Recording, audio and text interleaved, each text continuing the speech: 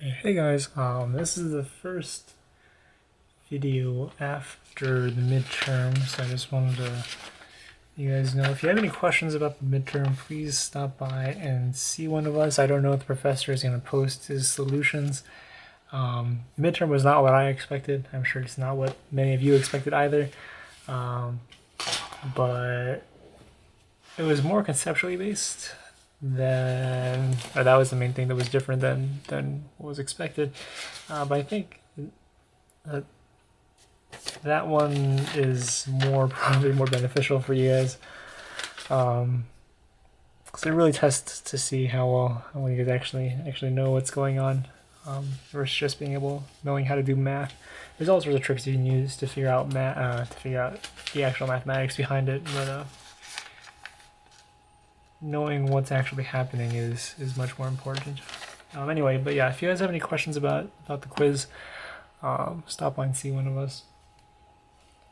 This first video is going to be short. I hope. I always say that, but this problem the professor basically did in class, so I don't really see what else I can add to that. And if you weren't in class, shame on you.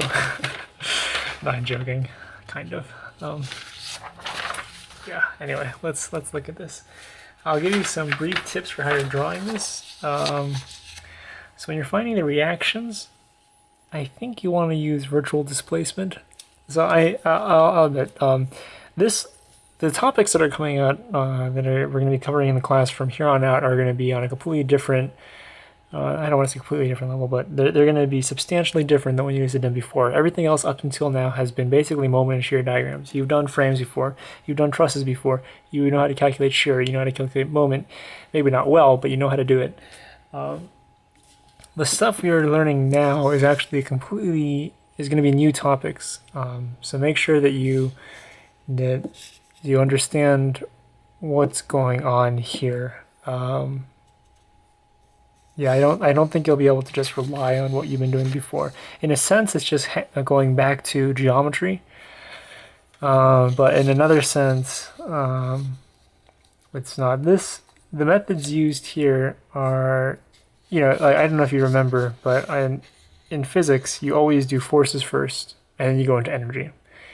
And forces or energy is generally much easier to use than forces. And I don't want to say that's true here, but I will say that the equations you derive from energy analysis will be used you'll be using that for forever, pretty much, if you go into structural engineering. So this course is the first time you're going to be exposed to that, and it's important that you really understand what's going on here if you really want to go into structural. Okay, so let's get started. For virtual work, when you're doing this kind of problem, I find it very important that you keep everything to scale. That way it's very easy to see what's happening. So let's start. I'm gonna try and go for a 2-to-1 scale. So let's draw my original one. This is 1, 2, 1, 2, and then 4, 1, 2, 3, 4. Okay, and then this is my little setup. I have my hinge here. Then I have my roller here. I have my load here and my load here. Okay, so I'm just gonna find the reaction at point A. Because I think once you can do it once, you can do it at all the other places. And like I said, the professor did this in class, and I feel like if you went to class, this should be 3.3. So this is 1 meter. I like to do all this. And I'm going to label this as A and this as B, just so that it's easier to, just for notation purposes. All right, so when you start off, you're gonna want to use. I'm gonna say that this is my starting line, and this is not part of my thing. This is just a notation for myself. And I'm going to say that I want to find the reaction at A. So I'm going to say that let's lift point A by 1 meter, by one point, yeah. If I lift point A and I keep point B and point C at the same location, then my point B is going to be here, and my point C is going to be here. And this is my 0 line. And then I'm going to want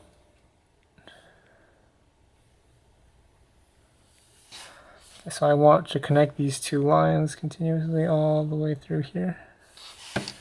And I want to connect these 2 points all the way through here. Okay, and let's draw our forces again. Okay, and let me draw the red one. This one denotes our original point. So if I draw everything to scale, it's very obvious that I have a negative displacement here,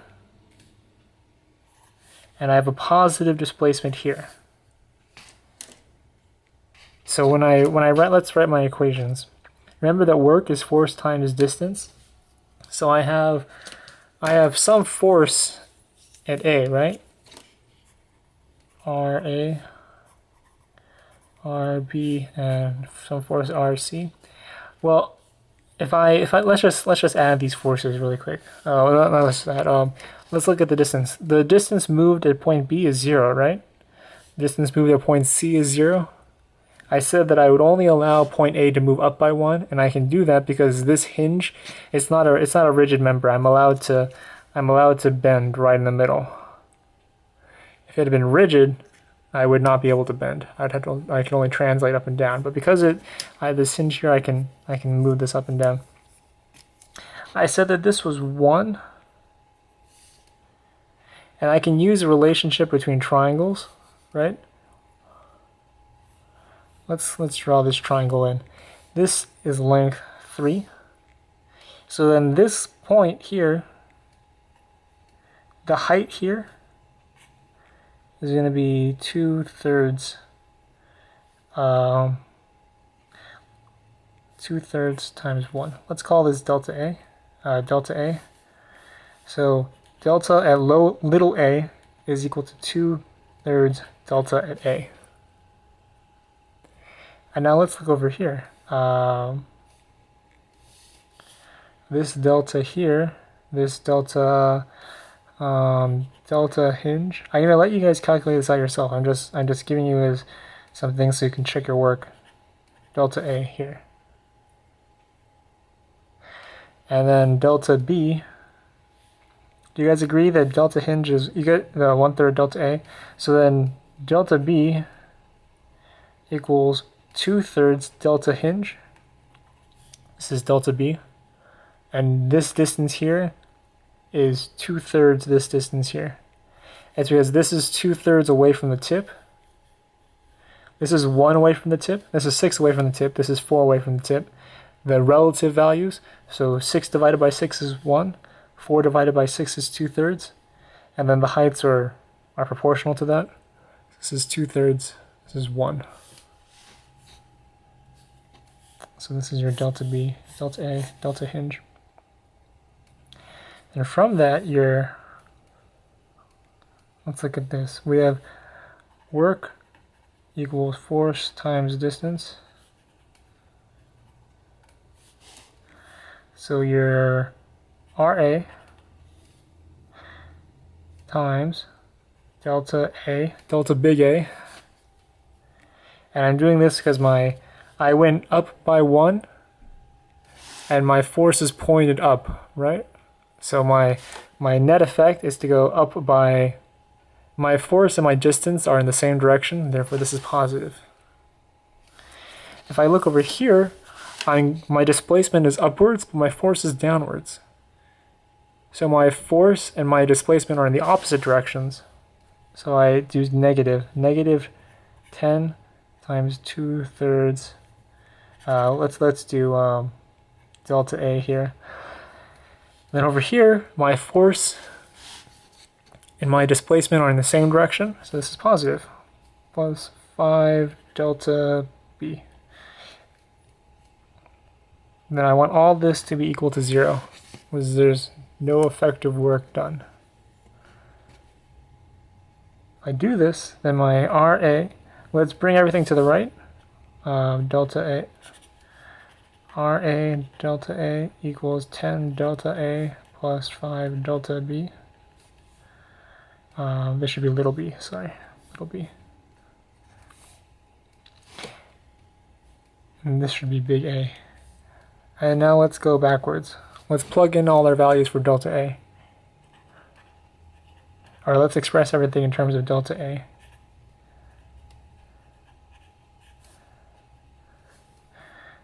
This is 2/9.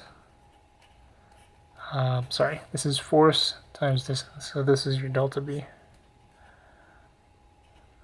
Delta B. And if you do this, you get RA equals 50/9. Because delta A equals 1.